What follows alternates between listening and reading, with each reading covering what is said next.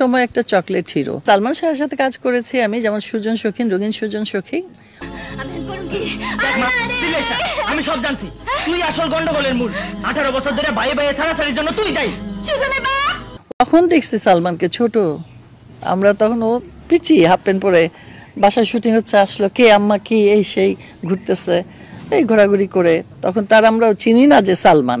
এই তখন দেখলাম এই ছেলেই সেই ছেলে, এখন আমার সাথে অ্যাক্টিং করতেছে। খুব শোনা হয়েছে সাসারে কারে সোলেমান রে চাচা দশকে সে আমগো কিছু হয় নাকি। ওই সময় একটা চকলেট হিরো। সালমান শাহের সাথে কাজ করেছি আমি, যেমন সুজন সখী, রঙিন সুজন সখী, ওটাই আমি করেছি। আমার ছেলে হয়েছিল। বিচার করবো কি, বিচার করবো কি, বাবার বিচারই তো চাচা আর দাদির নির্বাসনে গেছে।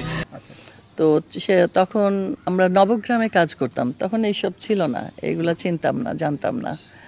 তো তখন এখানে গিয়ে আনুদি ছিল, সাদিক বাচ্চু ছিল, আরও কে কে যেন ছিল, যাই হোক। তো ভালো ছিল, ছেলে হিসাবে ভালো ছিল। তারপরে অমায়িক ছিল, বড়দের যেমন সম্মান করা দরকার। ওই সময় একটা চকলেট হিরো। আর ও তখন ওই সময়ে যে কত বুঝতো, মানে ওর অভিনয়ের ধারণা এবং গেট আপ, এই রুমাল বাঁধা, এই বাঁধা, এগুলা তো এই জন্যই সবার মনেও রয়ে গেছে। নীলা ভাবি, আমরা তো আগে ভাবি সালমানের দেখার আগে আমরা ওর মাকে চিনতাম। কিভাবে চিনতাম? টিভিতে আমরা নাটক করতাম, তো নাটক করার সময় ওনার বাসায়, তখন রামপুরার দিকে বোধহয় থাকতেন, ওনার বাসায় শুটিং হলো। তো তখন সেদিন থেকে ওই রান্নাটাও আমি ভালো মানে শিখি এবং মাঝে মাঝেই করি। আমাদের সবাইকে, ইউনিটের সবাইকে ওই পোলার চাল দিয়ে, মুগ ডাল দিয়ে একটা সাদা পোলার মতো করছে। আচ্ছা, খুবই মজা ছিল, মানে পোলাও কিন্তু আবার মুগ ডাল, খুবই মজার। ওটার সাথে আরও তরকারি ছিল।